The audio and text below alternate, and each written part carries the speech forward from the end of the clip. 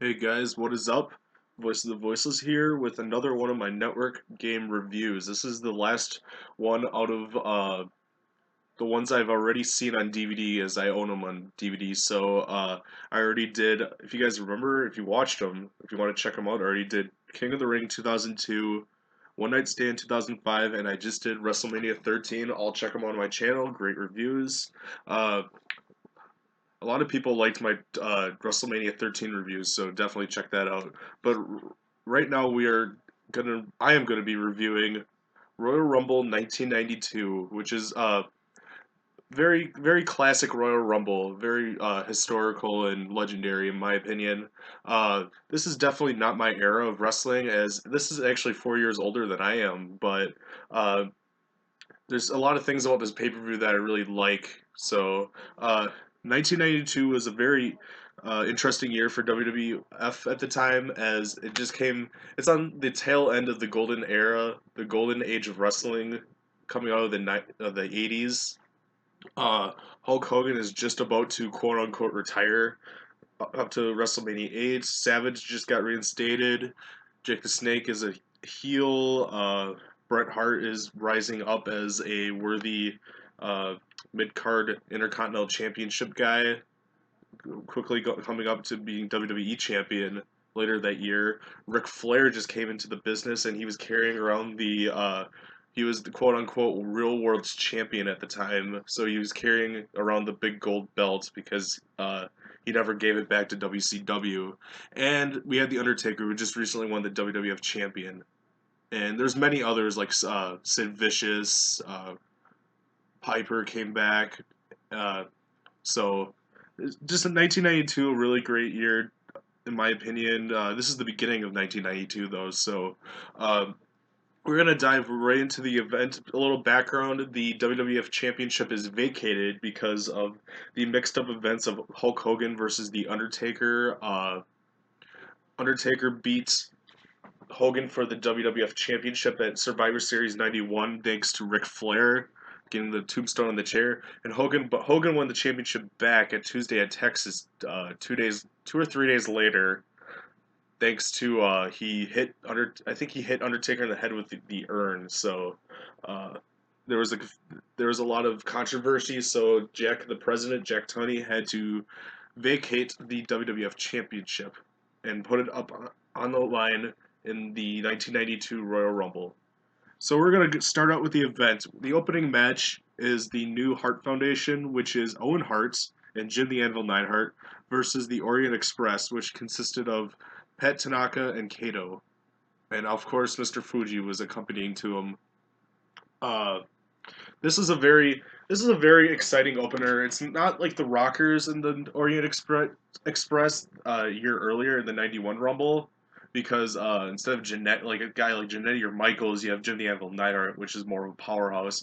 But you still get Owen Hart the Rocket doing a lot of the high flying moves. They're wearing really weird ring attire, but I believe this opener really did the job of exciting the crowd, and the new Hart Foundation did pick up the win. So, and it's a really long match. I think it was longer than the Orient Express versus the Rockers, because this match was 17 minutes long. So, uh, definitely a good opener. I'd give it a 7 out of 10. So next we have another.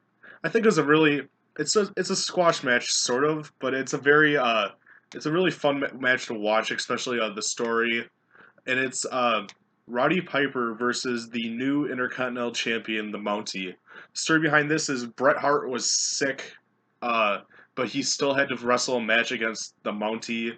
The Mountie ended up picking up the victory and becoming the new Intercontinental Champion. This is about 2 days earlier, I believe, at a house show. So the Mountie is your new Intercontinental Champion, and Piper is challenging him. This match is very short. It's sort of a squash. It's about five. It's about 5.5 minutes long. Piper. It's just a lot of that Piper style fighting, brawling, and then eventually a little interference from Jimmy Hart. But eventually, Piper gets the sleeper hold. The Mountie passes out, and Roddy Piper is your new Intercontinental Champion. And a little awesome thing about this, about this also, is because Piper won the Intercontinental Championship, and he's in the Royal Rumble later on that night, he can become the first man to win both titles in the same night. So keep your mind on that. Very, it's a little bit of a squash match, but I think it was a really fun to watch. Very cool story, and seeing Roddy Piper win the Intercontinental Championship, his only singles title in the WWF, as he only held, I think his only other single title in wrestling was when he held the United States title with Mid Atlantic or something like that, or WCW Jim Crockett Promotions. So, just it was really cool to see Piper win the IC title. This is the pay per view he does it. So, I give this it was a little bit more exciting than the opener. So I give it a 7.5 out of 10. Now the pay per view sort of takes a turn for the bad as we sort of get to two tag team matches before the Royal Rumble match. The first one of these is the Beverly Brothers, Blake and Bo, of course, versus the Bushwackers with Bushwhacker Luke and Butch. And this is the very few events that they were accompanied by their cousin Jameis. It was like Jameis or Jameson or something like that. So, but Jameson was a really weird cat as he was a very disgusting. I didn't enjoy that at all. It was really gross just to watch. Even I'm a guy who can tolerate a little bit of that. It's like there's a lot of like snot and like spit and all this weird. I just didn't get it at all. It was really it was just disgusting in a way. I'm a guy who could tolerate a lot of that, but I just couldn't really do it. Uh, Otherwise, this match was absolutely garbage. The worst part, it was really long. It was about 15 minutes long. Uh, it's just absolutely you, it's more enjoyable to watch a blank screen. Let me put it that. It's very boring. But the Beverly Brothers do pick up the victory. So I give this match a 2 out of 10. Like honestly, it was that bad. I didn't want to watch it ever again. Next, we have next match on the card is for the WWF Tag Team Championship. The challengers, the Natural Disasters, which consisted of Earthquake and the recently turned Tugboat, who is now reincarnated into Typhoon, accompanied by Jimmy Hart, and they faced the Legion of Doom, Hawk and Animal, who were the champions. This match was a little bit more exciting than the other tag team match, just because with the Legion of Doom, you're gonna get more of an explosiveness. Um, it's just a very hot take, and it's shorter too because you can't really keep those guys in for very long. It's about 9.5 minutes long. Just a lot of that brawling, explosive fighting, big man stuff. More it's not as good still, but it's still more exciting than the other tag team match. Another disappointing thing about this one is it ended in a countout, and the Natural Disasters ended up winning via countout. So they didn't get the belts. Legion of Doom is still the champion. I think champions. I think the Disasters ended up winning it a little later, but yeah, the Legion of Doom still your champions via countout. So I give this match a 4 out of 10. So, the Royal Rumble so far, the non-Royal Rumble matches, sort of up and down, as the first two matches are really fun to watch, very memorable in a way, and the next two were the ones that you didn't really want to remember at all. So, but now we have the Royal Rumble match. So many great things about this Royal Rumble match. First of all, I'm going to list the superstars, as there wasn't a jobber in this match. I'll list some guys where you think, oh, no, there's no way, but legitimately at the time they were really big contenders as they might have the stupid gimmicks or they might not have went down, but at the time they were very big. So I'll show them all. I'll tell you all of them pretty much. The British Bulldog, Ted DiBiase, Ric Flair, Jerry Saggs, Haku, Shawn Michaels, Tito Santana, the Barbarian, Texas Tornado, Kerry Von Erich, Repo Man, Greg Valentine, Nikolai Volkov, Big Boss Man, Hercules, Roddy Piper, Jake Roberts, Jim Duggan, IRS Ernie Shyster, Superfly Snuka, The Undertaker, Randy Savage, The Berserker, Virgil, Colonel Mustafa, Rick Martel, Hulk Hogan, Skinner, Sergeant Slaughter, Sid Justice, aka Psycho Sid Vicious, and the Warlord. I would say 23 out of the 30 guys in there are like huge, like almost all-star type guys, just very huge. There's probably just seven to 10 guys where they're not jobbers, but they're just there to be there. But I think it was one of the greatest Royal Rumble lineups ever, in my opinion. Just an amazing Royal Rumble. Obviously the main story, Ric Flair coming in as number 3, as Bobby Heenan was really building up Flair as the guy to win the title. And of course, if you want your guy to win the Royal Rumble, he needs to come in later. And Ric Flair comes in 2 minutes into the match, as he has to last another hour to win the title. And then you have the greatest audio audio ness ever with Bobby Heenan and Gorilla Monsoon. Just my favorite commentary ever, and for a match slash pay per view. It's just hilariously funny and incredible. Just Bobby Heenan just going off, and it's amazing. You've probably heard of it before though, but yeah, Ric Flair, a young Shawn Michaels, Undertaker, who just won the WWF Championship.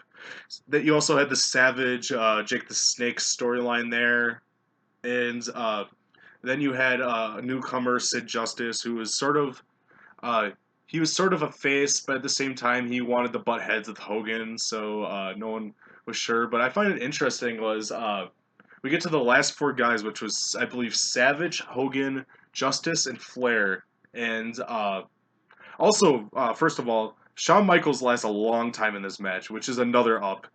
Uh, where he lasted very long, which I thought was pretty cool. Also, Jim Duggan amazingly lasted a long time. So, uh, for some reason, who else lasted a long time? Roddy Piper. Oh yeah, Roddy Piper, because they were building up the story of him winning both titles in the same night. So, and the British Bulldog. But anyway, um, the last 4 guys: Savage, Hogan, Justice, and Flair. Justice came up from behind and eliminated Hogan, and I think Savage got eliminated first, but Justice came up behind and eliminated Hogan, uh, which is like what you would do in a Royal Rumble. So, and then the crowd absolutely popped for it because I think they were just getting tired of Hogan and they needed that fresh face. But apparently, in the original Coliseum home videotape, uh, they didn't want that, so they actually edited out the crowd. And instead of Gorilla Monsoon said it was fair for Justice to do that. It's the Royal Rumble, every man for himself. But they actually had Monsoon do new commentaries condemning um, or just scrutinizing Sid's tactics as Hulk Hogan was the face. So, but Justice eliminated Hogan. Hogan got mad, and then he helped Flair eliminate Justice. So Flair won the 1992 Royal Rumble, becoming your new WWF champion, which was absolutely incredible. And to top it all off, you have Heenan going crazy, Mr. Perfect going crazy, Flair crying because he's so happy. Apparently, he didn't know he was going to win the Rumble until he walked into the building, which is incredible in itself. But and then you get one of my favorite interviews ever, where he said, "With a tear in my eye, this is the greatest moment of my life." So just amazing, everything about it. Again, in my opinion, the best Royal Rumble of all time. A lot of people possibly think '01 is. There's a couple more, but my favorite Royal Rumble of all time is this one, 1992. So I give this Royal Rumble a 9.5 out of 10. It's just that incredible. So overall, I would give this pay per view a solid. I would give this pay per view a solid 7.5 out of 10. But it's not memorable of the pay per view besides Savage winning the IC title. It's the Royal Rumble match. So just incredible stuff. I might so all in all, just an awesome Royal Rumble. Check it out on your network. And last but not least, I'm gonna watch those other pay per views, but I'm also gonna do a new network game where I'm gonna pick pay per views. I'm gonna probably pick reviews of the DVDs I already have. It's just something I'm thinking of, just so I can get some more reviews in quickly. So Tell me, guys, what you thought about this review. What was your favorite moments or your least favorite moments from the Royal Rumble 1992? So make sure to comment if you liked this review. Just like it if you want. And if you're new to my channel, new to watching my videos, if you want to check out my other videos and subscribe. Thank you guys very much.